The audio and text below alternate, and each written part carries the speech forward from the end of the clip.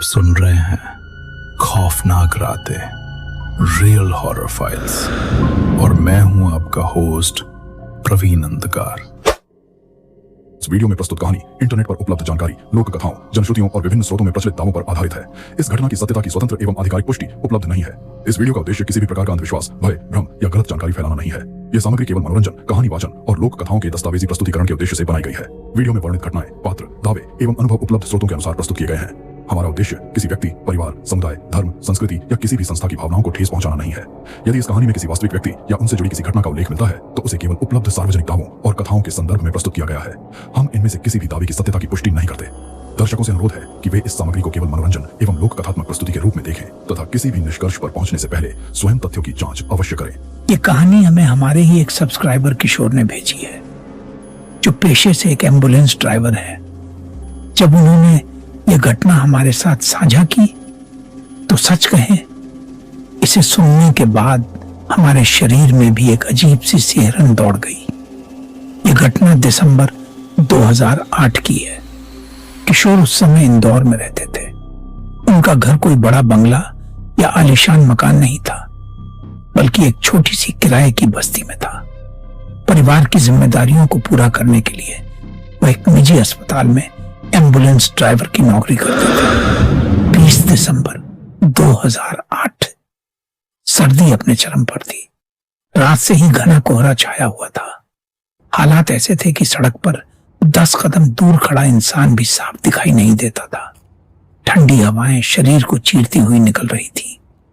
उस दिन किशोर को एक शव लेकर महाराष्ट्र जाना था। उस समय मोबाइल फोन आज की तरह स्मार्ट नहीं थे। इंटरनेट लगभग ना के बराबर इस्तेमाल होता था। हाईवे पर भी हर कुछ किलोमीटर बाद ढाबे या पेट्रोल पंप नहीं मिलते थे।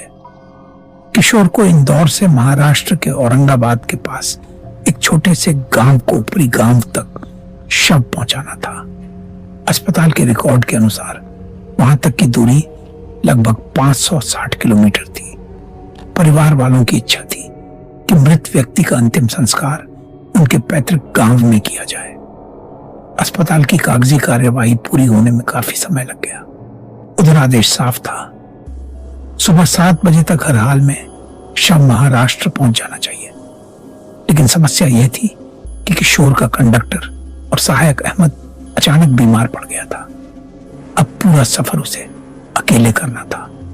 शाम ढल चुकी थी जब आखिरकार अस्पताल से शव एम्बुलेंस में रखा गया। पीछे शांतिवान के हिस्से में सफेद चादर से ढका स्ट्रेचर रखा था। किशोर ने एक बार रियर व्यू मिरर में देखा, फिर इंजन स्टार्ट किया और एम्बुलेंस धीरे धीरे कोहरे में गुम होती चली गई। शहर की रोशनियां पीछे छूटने लगी। कुछ घंटों बाद वह इंदौर से बाहर निकल चुका था। रास्ता लंबा था। इंदौर से निकलते समय रात के लगभग 8 बजे थे। अब भी पूरे 560 किलोमीटर का रास्ता बाकी था। सनाउत के पास करीब 1.5 घंटा बीत चुका था। किशोर लगभग 70 किलोमीटर का सफर तय कर चुका था, लेकिन अभी भी 490 किलोमीटर से ज्यादा दूरी बाकी थी। कहीं कहीं दूर छोटे गांव दिखाई दे जाते, कहीं सड़क बिल्कुल सुनसान हो जाती। रात बढ़ती जा रही थी, ठंड भी। कोहरे की सफेद चादर सड़क पर ऐसे फैली हुई थी जैसे कोई भूतिया धुआं हर चीज को निगल रहा हो। किशोर ने गाड़ी का हीटर चलाया, लेकिन फिर भी हाथ सुन्न हो रहे थे। रात 11 बजे के आसपास वह खंडवा पहुंचा। लगभग 140 किलोमीटर पीछे छूट चुके थे। अभी भी 420 किलोमीटर का लंबा सफर उसके सामने था। रात करीब 11 बजे वह एक छोटे से ढाबे पर रुका। ढाबे के बाहर कुछ ट्रक खड़े थे। पीली रोशनी वाले बल्ब के नीचे उड़ाती चाय बन रही थी। किशोर ने राहत की सांस ली। वह गाड़ी से उतरा। ठंडी हवा चेहरे से टकराई तो पूरा शरीर कांप उठा। ढाबे पर एक बुजुर्ग सरदार जी चाय बना रहे थे। किशोर ने कहा, एक कड़क चाय बना दीजिए। सरदार जी मुस्कुराए। लगता है बहुत लंबा सफर है पुत्र। किशोर ने सिर हिलाया। महाराष्ट्र तक जाना है। सरदार जी की नजर एक पल के लिए एम्बुलेंस पर गई।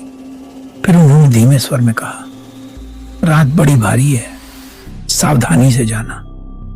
किशोर को बात कुछ अजीब लगी, लेकिन उसने ज्यादा ध्यान नहीं दिया। चाय खत्म करके वह वापस गाड़ी में बैठ गया। रात करीब 1:30 बजे। सड़क अब और भी सुनसान हो चुकी थी। आसपास घना जंगल शुरू हो चुका था। दूर दूर तक कोई बस्ती नहीं, कोई रोशनी नहीं, सिर्फ अंधेरा। और उस अंधेरे के बीच एम्बुलेंस की हेडलाइट। जंगल से झिंगुरों की आवाजें लगातार आ रही थी। ठंडी हवा पेड़ों की शाखाओं से टकराकर अजीब सी सीटी जैसी ध्वनि पैदा कर रही थी। किशोर को अचानक सिगरेट पीने की इच्छा हुई। उसने खिड़की थोड़ी सी खोली और सिगरेट सुलगा ली। धुआं धीरे धीरे बाहर निकलने लगा। कुछ मिनट बाद उसे अजीब सी जम्हाइयां आने लगी। उसे महसूस हुआ कि नींद उस पर हावी होने लगी है। उसने खुद को संभालने की कोशिश की, चेहरे पर पानी छींटा, गाना चलाया, लेकिन सर्द रात और लगातार ड्राइविंग की थकान अपना असर दिखा रही थी। और फिर पता नहीं कब उसकी आंख लग गई। कोहरा, जंगल, ठंडी हवा, अंधेरा। तभी उसे पीछे से किसी चीज के खटखटाने की आवाज सुनाई दी। थक थक थक। उसने रियर व्यू मिरर में देखा।